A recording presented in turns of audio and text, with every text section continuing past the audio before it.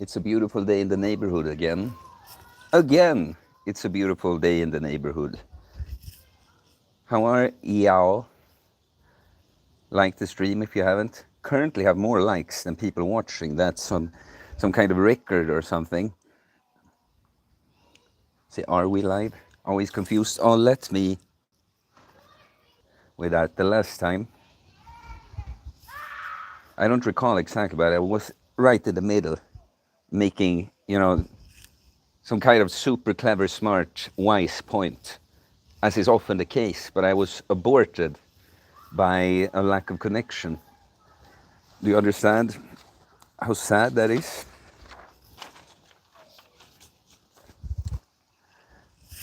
A slow starter, this one. Say hi. Oh, I think we got someone in the chat. Yes. Yes. Jimmy R. Thoughts on peanut butter. Do you include it in your diet? Why or why not? It's funny. I don't know if it was you too, but several people asked me about peanut butter, like in this week. So I've never understood the charm with it, really. Like, is it really that tasty for the amount of calories? I can't recall now. That this is something you got to realize, guys. Like with someone like me with diet, I made all the research a long time ago, and I ended up with something so that sometimes you just remember that, okay, well, this thing, I don't even like it that much, and it apparently isn't the greatest. So, sometimes you just compartmentalize and you don't have to remember every single detail. But just from what I recall, the peanut in and of itself is not the best nut. Probably something with a fatty acid ratio there. And yeah, it's just like, it's not the healthiest nut. It's a shit ton of calories. And does it even taste that good? It's like, yeah. So, and also, because I did have it in my diet a little bit, like I guess when I tried, because for some reason you associate peanut butter with fitness, because a bunch of fitness people just love their peanut butter for some reason. But one thing about it is that it can make you constipated. It almost makes sense with like the consistency of it, right? Like it's not completely solid, but just like real thick and what's the word I'm looking for? Well, you see what I'm saying. So really, I don't think it's if you like peanut butter and have a little bit in your diet, it's probably not a huge issue. But it's also a personal favorite of mine, and it's one of these things, like it's so many calories. It's not the healthiest nut, and what do I get from it? Like, it tastes kind of boring, in my opinion. It's like, nah, not a big fan. Orestis Theodoridis. Hello, Theo. Kalispera. Hope you're doing good. Kalispera, Orestis. Good to see. I was gonna say a fellow Greek, but I guess I'm not a Greek. I'm just a Greek enthusiast. But I do have the Greek name at least, Theodoros. Melene Theodoros, ime aposuidia. Ne. To Basilio in Messamas. Okay, guys, we're getting some more people. 18. Like the stream if you haven't already. And did I miss something? Oh yeah, I did miss one. But please keep talking to me here. And hey, Sunny Badger, what's up? Anders Andersson, do you eat queso, Theo? I don't eat it much, but look, there are lots of foods that I don't eat that I still think are good foods. It's just that I like to keep it very simple.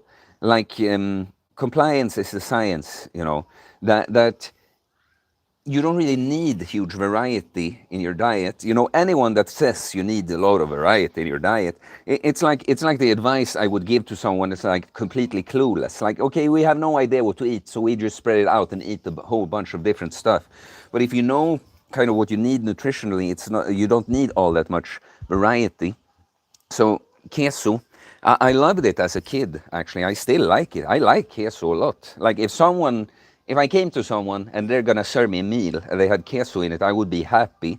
It's just that in the way I construct my diet, I rarely have queso. I do add some cheese sometimes, especially when I'm bulking. But yeah, queso is a great food. It's just that I don't eat it all that often. Baron Sell, hi from Cyprus. Hello from Sweden to Cyprus. Sunny Badger. Oh, guys, I'm just here to talk to you. You know, I don't feel like just monologuing from nowhere. I do so much of that already.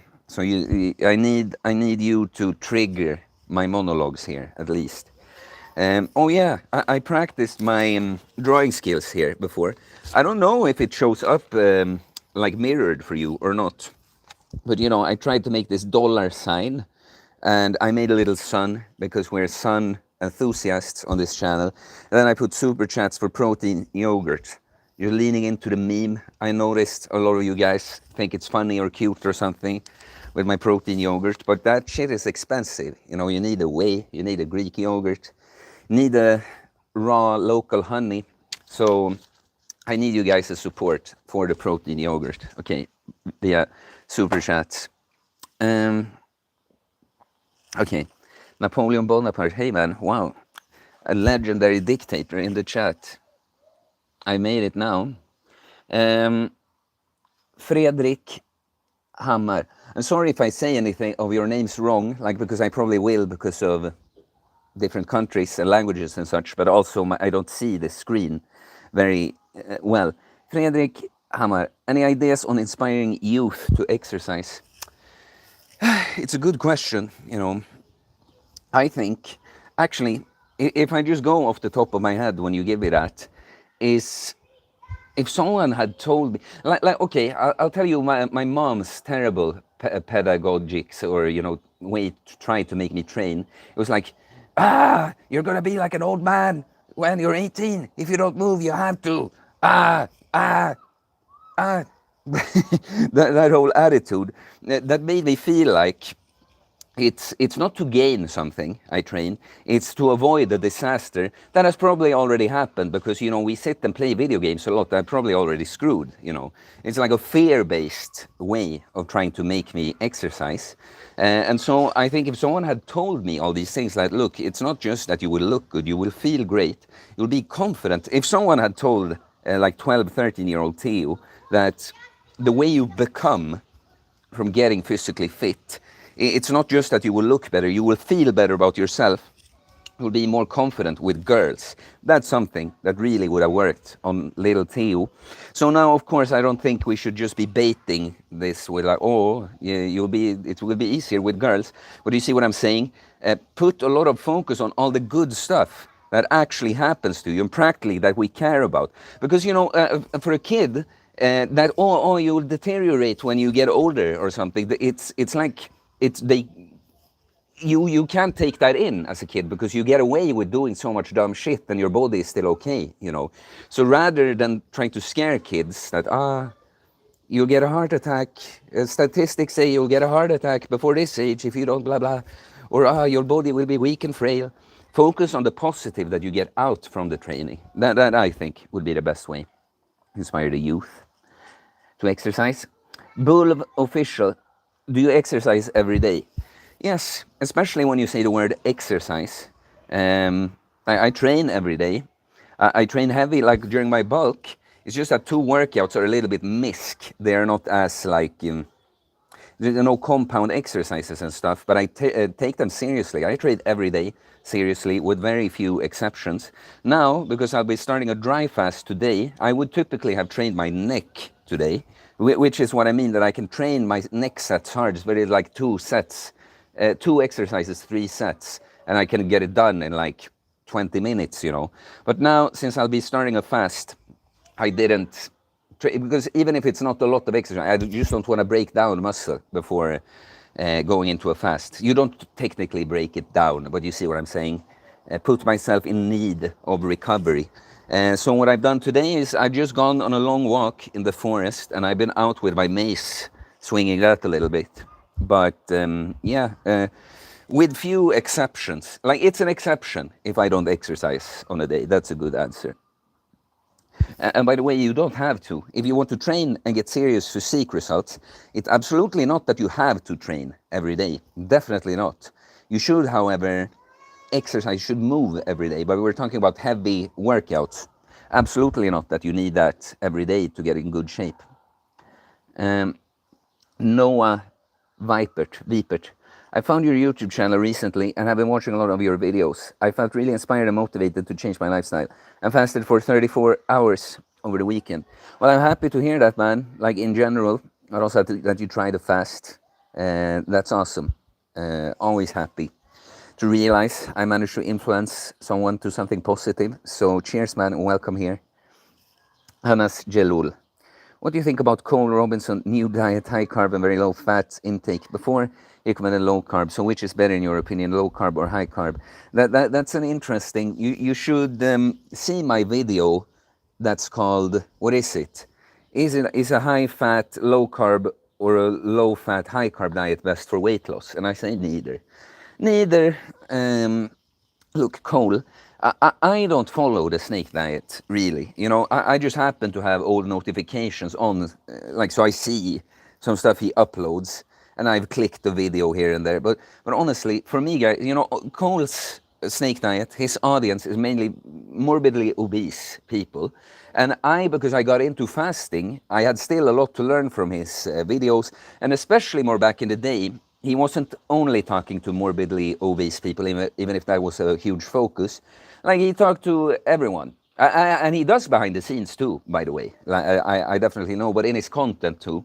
So, you know, I follow Cole and picked up a lot from the way I should do fasting. And I learned a little bit how it would be for others, you know. But so I'm done with Cole, if you see. Not in a way that, oh, I don't like him, but I don't get much out of watching him. And so the thing with Cole that I haven't quite figured out is that he has done this for years, that he just goes all in, like, this is the thing, you know, this is the thing, and we talk as if it's obvious and it's the only thing he ever promoted, but a few months later he'll swap to something completely different. And I don't know if it's like, you know, as a coach and teacher and coach myself, I think about a lot, like, there must be, the way he does it, it's so obvious that there must be a reasoning for why he does this, you know. But look, neither. Like, don't go super low on the fat, don't go super low on the carbs. Keep your protein high, be in a calorie deficit. Whatever the carb-fat ratio is, that isn't that either is super low and you have high protein in a calorie deficit. That's what I would say, all right? Good. We have a lot of stuff here in the chat now. You say, obviously, prioritize the super chat that sponsors the protein yogurt. I see on the screen, it doesn't get mirrored. That's nice. So you can see this message. A little sun too. We like the sun. But okay, I'll get to what I can here. Sisu. Hello, I've been thinking about including raw beef liver into my diet, as you do, but I've been wondering if eating it raw is fully healthy. How do you prepare it? How do you store it? So I prepare it by taking it in my hand and taking it here, and then I chew on it for a bit, and then I swallow it. And I store it either in the fridge or the freezer, depending on when I got this liver or how much I got. And it's like this with raw foods. It's like, why do we, all human beings, think that, no, everything must be like processed? It must be handled by people somehow. We had to cook it, like just something in its natural form. That's dangerous, you know. No. There just need to be something done to this natural thing. It's when it's unnatural or changed or processed, that's when it's okay. It's like, I've eaten this raw, you look, with my meat and liver and stuff, I am like sloppy with dates. You know, I'll see that the date, when it supposedly has gone bad, and I'm several days past it, I just take out the meat and it's like, it looks good to me, I eat it, I have zero issues, you know. So, of course, I know there's a thing with parasites in meat and that, but, you know, if you have a good source that you can trust with the meat, It shouldn't be like so. So just stop thinking about including beef liver in your diet and just include beef liver in your diet instead. And if you want to cook it, by the way, go ahead. It's like it's not that you have to eat it raw. Napoleon Bonaparte, do you think that pull-ups are as good as lat pull-downs? Because at the time I struggled with growing out my back muscles. I think pull-ups are like 10 times better than lat pull-downs. Like I was thinking about it today, how the lat pull-down is... someone did send a super chat. I guess I get to that after this. Bring it up so it doesn't disappear. Ah, yogurt boost. It was just a yogurt boost. Yeah, thanks, man. I don't know what this is though. 250. Oh, is this blood? Is this blood that I know? Well, I appreciate it either way, man. But it's a little yogurt boost. So I was thinking about the lat pull downs today. How it can be. I've enjoyed lat pull downs for a long time. But you know, there's a reason you so often see someone in the gym sit by the lat pull down, because it's like, it's an easy exercise to do and it feels good. Yeah, I'm working my back, you know. But the thing about the lat pull down is, it's like you have to understand how to approach it, you know. That if you go too strict on a lat pull down, it's one of those exercises that if you count like using a strict form and you can't complete the full rep, and if you count that as failure, very soon you will not be pushing yourself hard enough to get anything out of this exercise. You have to, you also of course shouldn't do the opposite, that you have way too much weight so you have to like yank it and lean back a bunch, but you want somewhere in the middle there where you have to kind of like oomph the movement a bit, use some explosiveness at the start, and of course control the negative. So lat pull-downs can be a good exercise. I just feel like most people, it's just a comfy exercise for a lot of people, you know. And a pull-up, it's more of a full body movement. You're going to be hanging. The stretch is always just nicer when you actually hang with your body weight like that. Also have to engage your core a bit more. You're not just sitting there stuck. Pull yourself up. And yeah, it's a more bang for your buck movement. It's one of my, it's the very first exercise I started with. Starting to train negative pull-ups in my room in the other apartment I was living in. That's literally what I started with. And weighted chin-ups, especially chin-ups, but pull-ups too, has been a staple exercise for me. So the way I see it, chin-up or pull-up can be approached more as a compound, while a lat pull-down is more of a secondary movement, like not a complete isolation, but pull-up, chin-up, lat pull-down in the hierarchy. So go hit your pull-ups, bro. Oops, did I remove the chat? Show the chat. Thanks for the yogurt boost, Vlad. Yeah,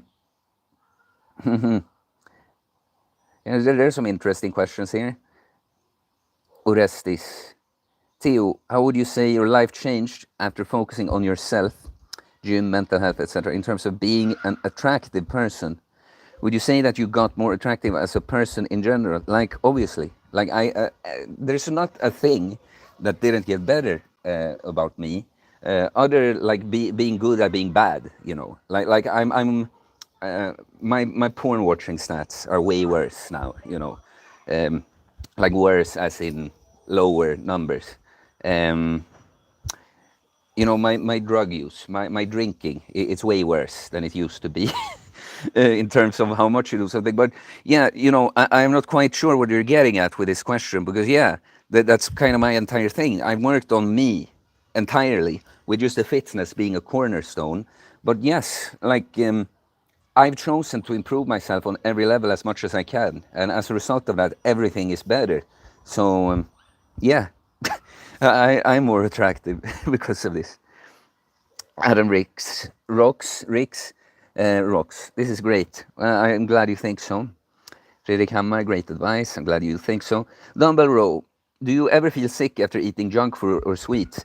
I don't eat that. It's like when I say that I don't eat junk food, I mean I literally don't eat junk food. Like, do you understand? The only time I would eat something that I actually see as pure junk, you know, because I don't see if like it's my mom's birthday and she made a cake from good ingredients, I don't see that as junk food. The poison is in the dosage with a thing like that. If I eat the entire cake, it's no good. If I have one piece, It's just natural ingredients.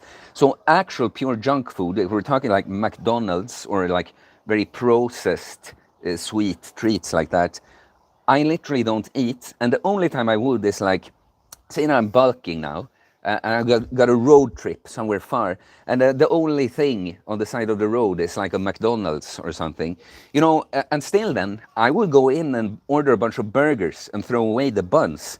So if I feel sick after eating junk food or sweets, I wouldn't know, because when was the last time I ate some junk food or sweets? I can't even recall, So that's what I want you to understand, that I drink alcohol more often than I eat junk food, and I don't really drink. There's months apart from the times I drink usually, and very little at a time. So I guess I'm just trying to make you understand that there is an option in life where you actually choose. I don't do that. I eat real food, not junk food. Anas Jalul, is doing shrugs enough for building neck muscles, or should we isolate neck? You should isolate the neck. Like what I would say is that when you train full body movements at a high intensity, like grow muscle on your entire body, I'm sure you get a little bit of indirect neck work from just like tensing up, all like that.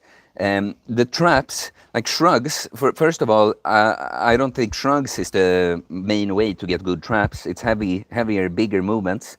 But the neck, it's two main movements, and I have a video about this. It's called voluminous vascular neck training, okay? There's both like a troll video where I just have funny music and train neck hard, but there is one where I actually talk about it. And you want neck curls for these muscles right here, and you want neck extensions for the back here. And so that they are more like an extension of the traps. It's not the actual traps you train. So yeah, if you want full neck development, you gotta train the neck directly. I've done it 2 exercises, 3 sets, twice per week, progressive overload for almost a year now. And yeah, maybe that's why I have a decent neck. But yeah, go search the channel for either traps or neck and you'll find information. That's it, guys. I understand that you ask me questions and fresher content is better and stuff, but I promise you, many of the things you want to ask me about, if you search the channel from them, there's 800 videos here. There's lots of old stuff I put out. And, I was ready for the channel to blow up. Okay. Chris Varnado, advice for hitting that stage on a cut when you are very close to abs, but loss has stagnated, even on a pretty heavy deficit. Well, like, to give advice about that, I would need to know more, who are you? How much muscle do you have? What have you been doing to cut? All these things. It's not just one answer. But you have to mix something up. Like if you're in a pretty heavy deficit, as you say, and you're cutting calories for a long time, like you could do a refeed week even. In some cases, that's a good idea, and that doesn't mean just go crazy. It's more like eat more like closer to your maintenance for a week, and just like pour some oil on that metabolic flame. But sometimes the answer is to just dig deeper, reduce. That's like an example I take sometimes is that if you have a certain body weight, you eat a certain amount of food and you move a certain amount, and as you decrease your body weight and everything you do stays constant, when you weigh less, you exert less energy with each step you take, right? Because you're moving less weight. So at some point it's not just like, oh, my metabolism crashed or something. It's just like, no, it's just lower now because you weigh less. So dig deeper could be one thing. If you aren't moving, you say in a heavy calorie deficit, can you up the movement, or can you throw in what I call, it's an old video too, but a hammer fast. Like, okay, nothing's happening. I'll just go on a fast here for a few days. Something has to happen then. So there you have a few different ideas to work with. Sunny Badger. Theo, as someone who eats mostly meat, low carb, when eating carbs, how do you avoid energy crashes, fluctuations, brain fog? How I avoid it? From living a fucking on point lifestyle for years. This with like energy crashes, fluctuations and stuff, it's not supposed to happen just because you eat some carbs, you know.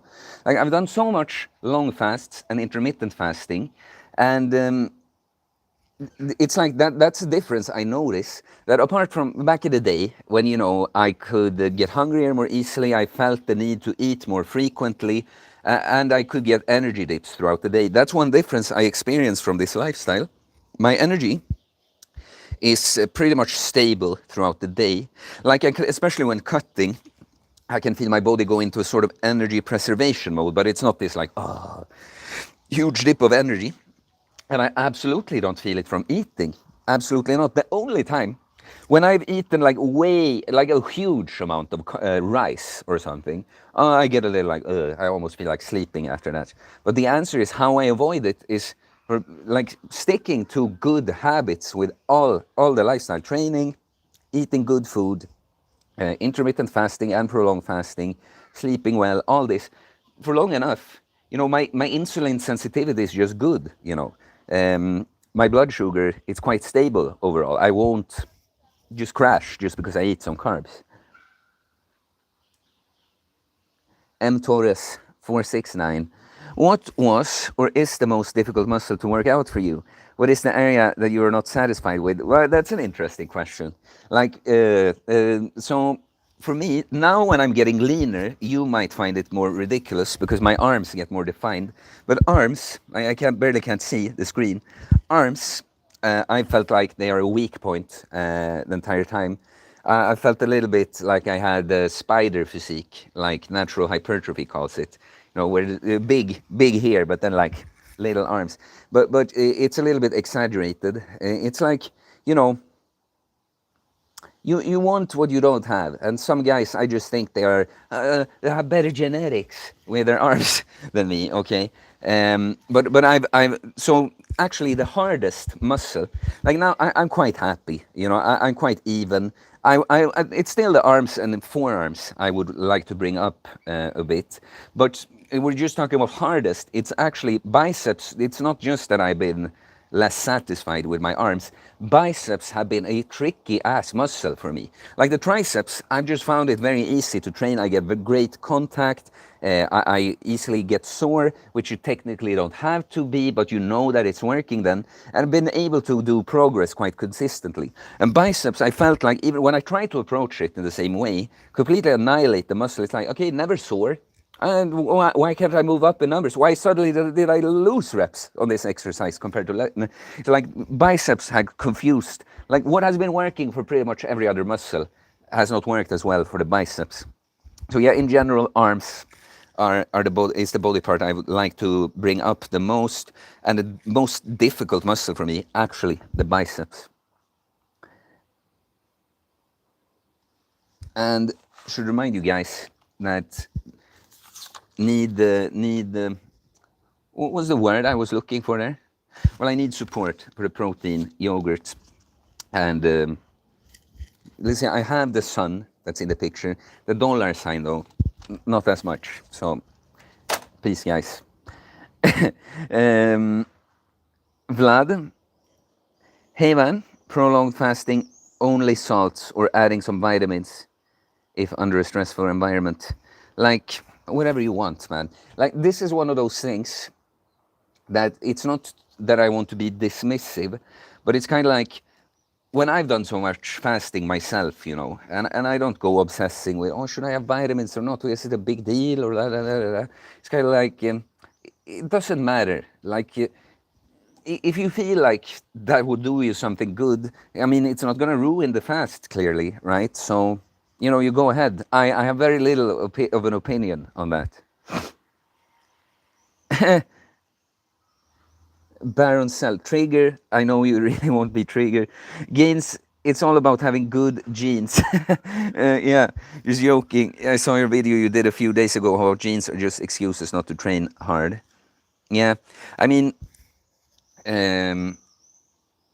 it's a thing, of course, but what people like to forget is that the way your genes are expressed depends on your environment, in what situation you put your genes. And it's such a funny coincidence, you know, that all the smartest, hardest working naturals that I know, also, they all apparently have great genetics as well, because they all look amazing and are super strong. It's just such a strange coincidence, you know, that the person that is the most hardest working and is the smartest and is this for the longest amount of time also just happens to be the one with the best genetics. I mean, clearly, they look so good, it must be their genes. And then it just so happens that they are super smart, work harder than everyone else, and have done so for a long time, you know. It's a very strange coincidence. I'm still trying to figure that one out. Noah Vipert went out and bought ground beef, eggs, potatoes, and carrots, going to 16-8 intermittent fast through the week and plan on doing 36 to 48 hour fast on the weekends. Well, that's awesome, man. You have no idea how much fun it is for me. Like even when I started working as an online coach, it was very cool to feel like, hey, I have people out there doing my programs, like my approach, based on my philosophy, and that. But lately, I've gotten so many of you guys that are like getting into training, trying fasting. You know, I see the foods you mentioned clearly. It comes from here, and it's so awesome to see. You know, I've been sitting on this channel for years, and like, hey, I have gold for you guys. There's just a few that are taking the gold now. When you show up, I have gold for you here. No, but that's awesome, man. Let me know how it goes with the fast.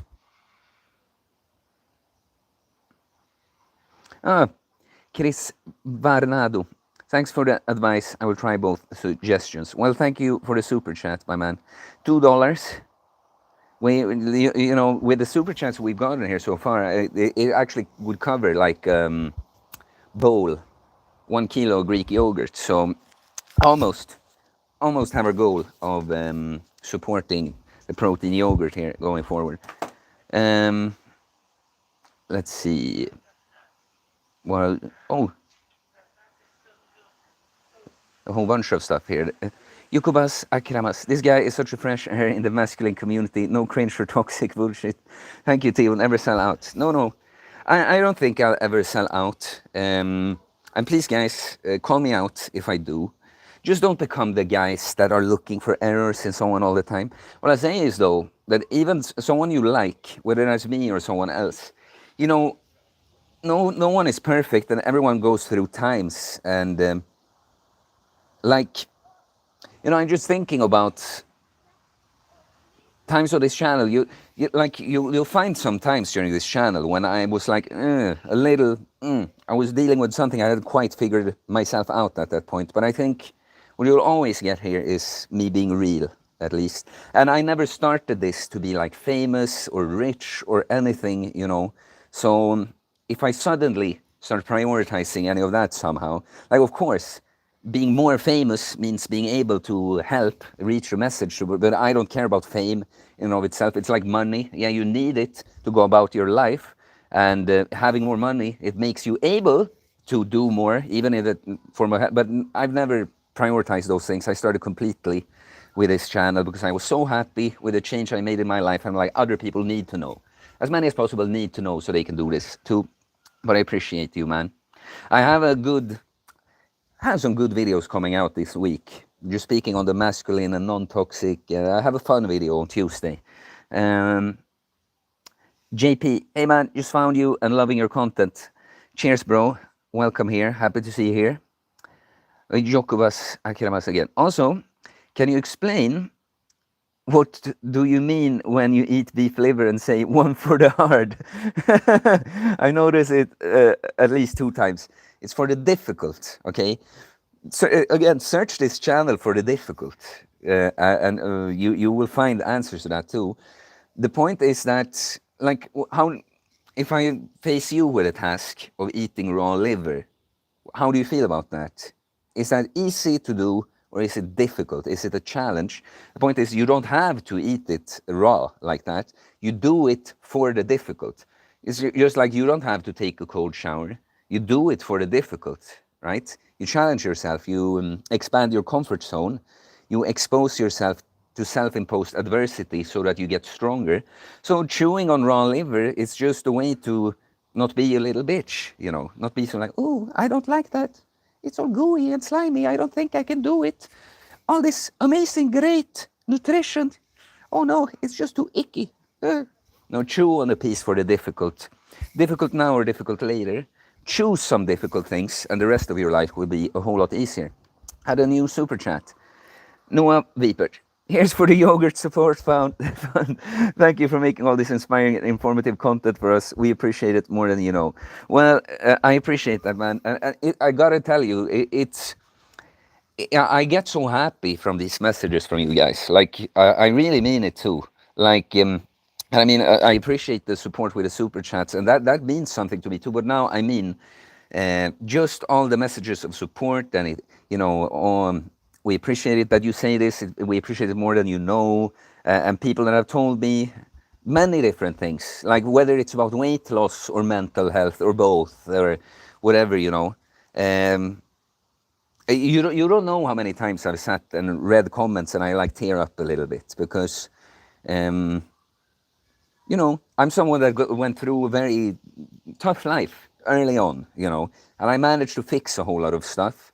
And what I want is just what I've found for myself. I just want to share it with people. And many times during like the self-development journey, it's lonely. And many times you feel like people don't understand, people don't get it.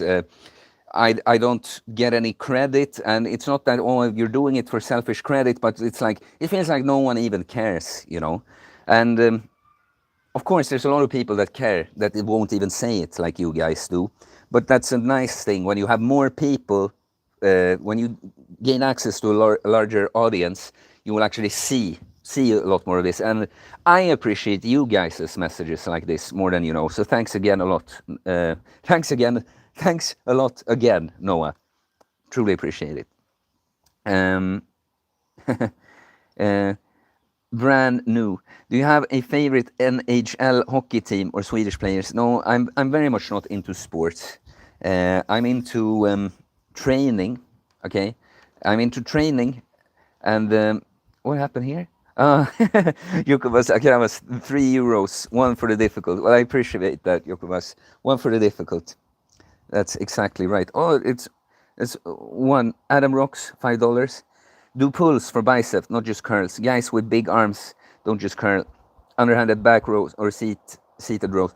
Like, look, bro, post physique. Like, I appreciate the super chat, but I need to see what you look like before I care about your advice whatsoever. Like, obviously I know this. Like, you see, I'm going to be a little annoyed by even getting this advice from you. That's well-meaning, but it's like, I know, bro. I know how to build muscle. I managed to build decent biceps here even. Weighted chin-ups have been a staple. So I appreciate the super chat. But it's like, don't give level 5 advice to level 95 player, okay? Where were we? About the age? Oh, yeah. I don't like sports. I don't care about sports. Having a favorite player in the team, a favorite other man I look at performing a sport while I just sit on my ass watching these men do stuff. No, I want to do stuff.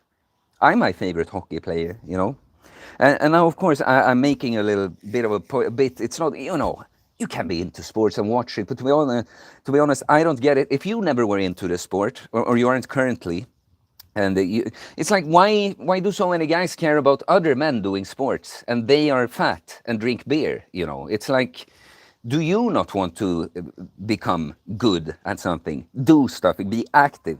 Why do you want to be a little passive observer? So I'm not very much into sports in general, and especially not team sports, because I am kind of a leader personality. It's not that I'm not a team player, but that everyone are supposed to be in a team. If I would be interested in a team sport, I would be the coach of the sport. You see what I'm saying? So, yeah. If you watch hockey, please complement it with doing some hockey too, or something at least. Frame bite. Like, do I get stuff here that don't show up? No. Okay, good.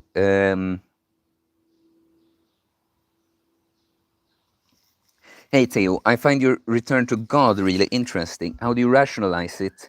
I find myself practicing the Christian values but have problems with organized religions. So I don't really care about religion. I don't rationalize it, okay? That's our problem. As humans, we try to rationalize things and we think we're so good at this, but I just accept it, I discovered God. Okay, it's like that's what I keep saying to people that want to know. How do you know? Like it's like it's beyond reason and a human language. This with God, okay. I went from a hardcore atheist. I guess I was a little bit agnostic for a while, but more of a like. I realized how like black-pilled I was with everything, and it's like, oh, I try to find a reason to see something here, But I was like really an atheist more, and then I went through this life-changing experience with the panic attacks, and then I had just found God on the inside, and it took me a little while to understand that, but that's how I know there was no words or any arguments that could have proven to old Theo that God exists, and how I know it now is not something I can explain. Like I can try to, but it's not something that's going to be for you. Like, oh, I see. Oh, no, I know God now too. you know. So I think the best you can do is follow like the Bible or whatever, or other people, spiritual people. Listen to what they say. Like move towards the direction you're being pointed in. But you must find God on your own in the end, okay? JP, when you were skinny fat, did you just cut aggressively before you started bulking, or did you work on recomp? So look, I guess I'm gonna have to do that video.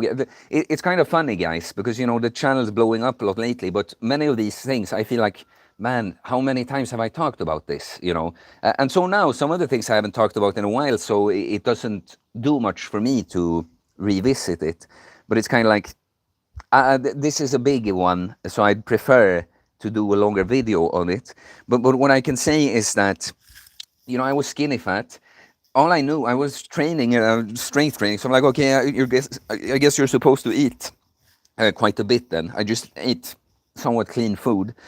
Then I realized that I'm kind of fat, I probably don't need to bulk. And then I cut, and I did it on a keto or low carb diet back then, because that was the one way I had once deliberately lost weight earlier in my life. I cut down to, abs, but not super ripped like that, but just visible abs, a little bit of muscle on the frame. And since then, I've done pretty much cycles of bulking and cutting. I started bulking again after that. I cut again on daily deficit. 1.5 years or a little less into all of this, I found prolonged fasting too. Oops. Brand new. I live in Detroit. The Red Wings love their Swedish players. Yeah. Was it you that asked? Yeah.